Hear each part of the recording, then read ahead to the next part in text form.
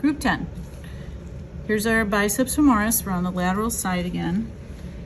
This has been cut, freed from the knee and the lower leg. So I'm gonna flip that backwards. Now we can see our gastrocnemius, which has two parts to it, just as the humans do. So it's this big calf muscle here. Stick the pin in it there. And if I push it a little bit out of the way, I can now see the soleus muscle right there. So these muscles here, the two heads of the gastrocnemius and the soleus, form the triceps surae. Okay.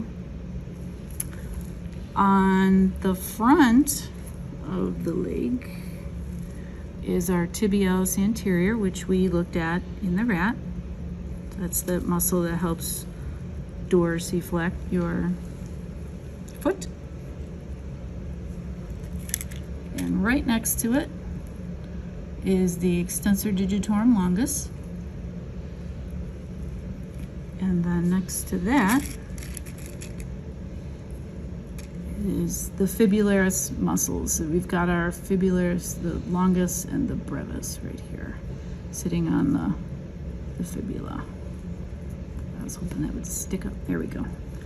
Okay, so gastrocnemius, soleus, fibularis, extensor digitorum, tibialis anterior.